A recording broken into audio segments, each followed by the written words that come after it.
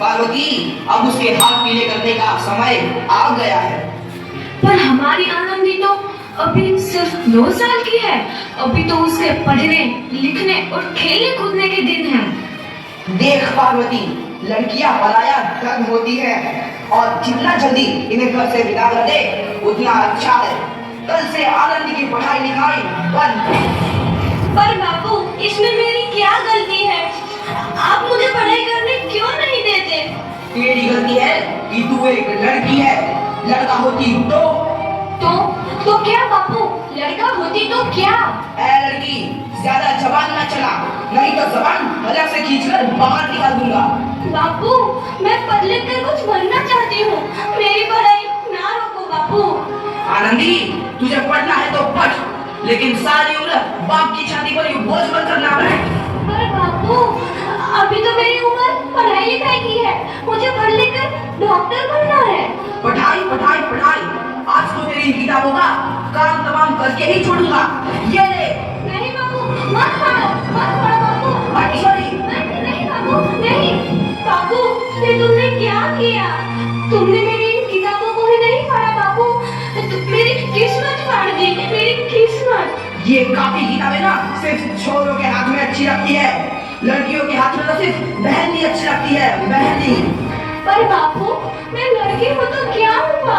लड़का और लड़की तो हमारे दोनों आंखों के समान होते हैं।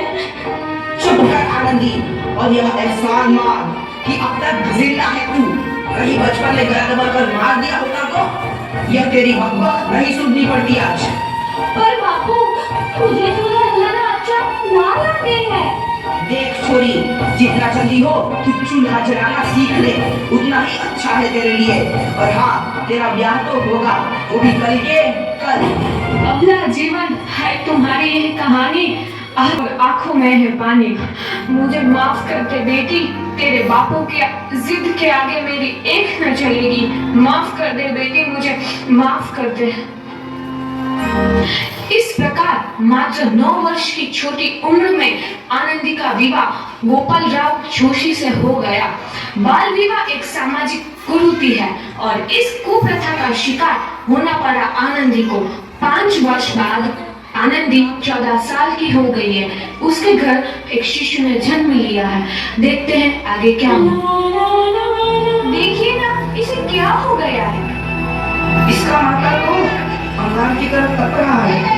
इसे तो बहुत तेज बुखार है। आप बिना कुछ भी बोलते हैं। नीचे मुझे माधव, जल्दी से वैद्य जी को बुला के लाओ।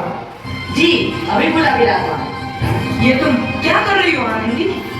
भगवान की विभूति लगा रही हूँ। बस करो आनंदी, ये सब अंधविश्वास है। अरे आप यकीन तो कीजिए, भगवान की कृपा से इसका माथा ठंडा हो रहा है और बुखार भी उतर गया है ना बाबू? देखिए, दीजिए मुझे।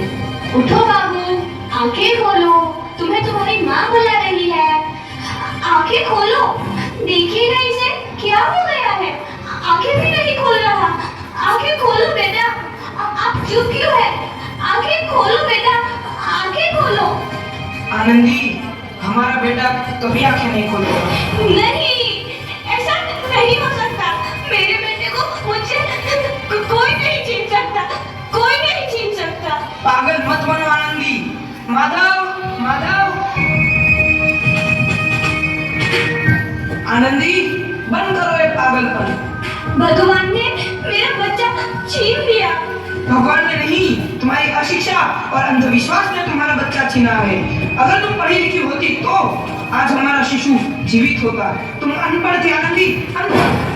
नहीं, अब मैं अनपढ़ नहीं रहूंगी मैं अनपढ़। मैं पढ़ूंगी ताकि कल किसी और आनंदी को इलाज के अभाव में अपना बच्चा ना खोना पड़े। शाबाश आनंदी, और यही तुम्हारे अपराध के लिए प्रायश्चित भी है।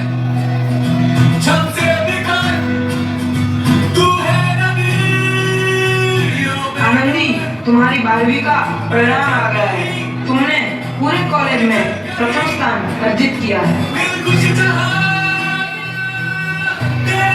आनंदी, तुम्हारी मेहनत रंग लाई है। तुम्हें शिक्षा वृत्ति मिली है। ये लो तुम्हारे अमेरिका जाने की टिकट। मुझे शिक्षा वृत्ति मिल गई? मैं अमेरिका जा रही हूँ?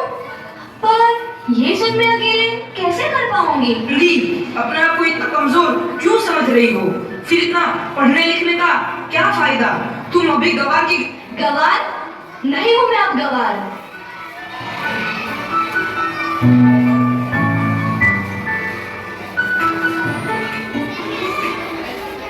तो इस प्रकार 7 अप्रैल 1883 को आनंदी अमेरिका के पेंसिल्वेनिया के लिए रवाना हुई और 3 साल बाद उन्होंने डॉक्टर ऑफ मेडिसिन की उपाधि प्राप्त कर ली।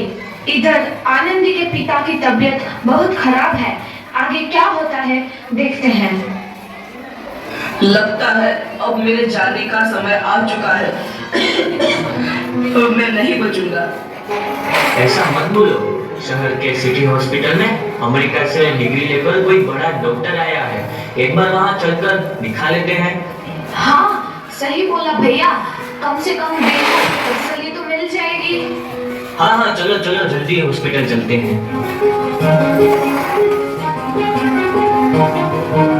इस मरीज की हालत तो बहुत ही खराब है। कोई चमत्कार ही इसे बचा सकता है। ऐसा मत बोलो भाई। डॉक्टर साहब कब तक आ जाएंगे? लो आ गई डॉक्टर मैडम। डॉक्टर मैडम जल्दी देखिए, मरीज की हालत बहुत ही खराब है।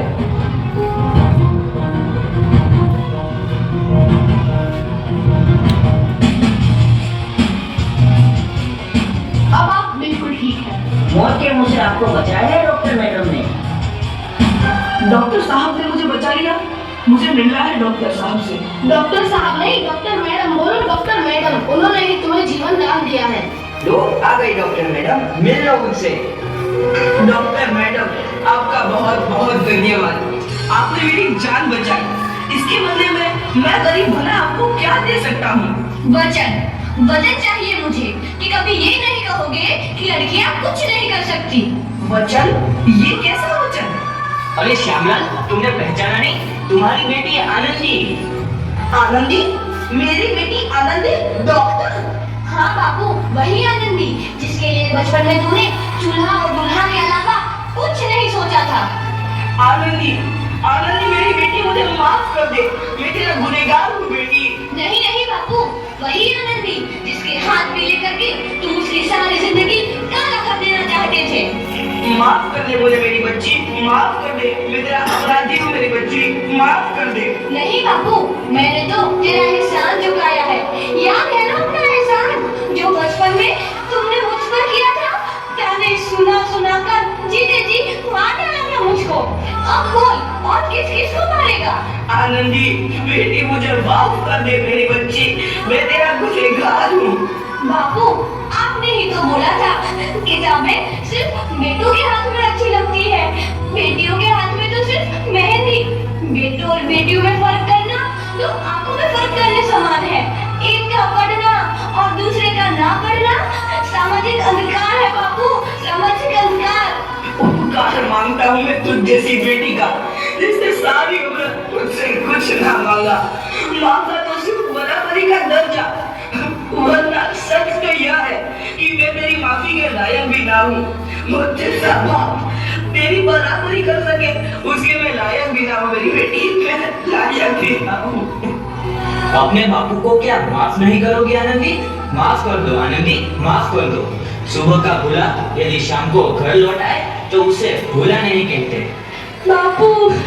तो इस प्रकार आनंदीबाई जोशी ने अपनी मेहनत और अटूट इरादे से न केवल भारत की पहली महिला डॉक्टर बनी, बल्कि आगे चल के उन लड़कियों के लिए सुनहरा रास्ता दिखा गई जो जीवन में कुछ करना चाहती थी।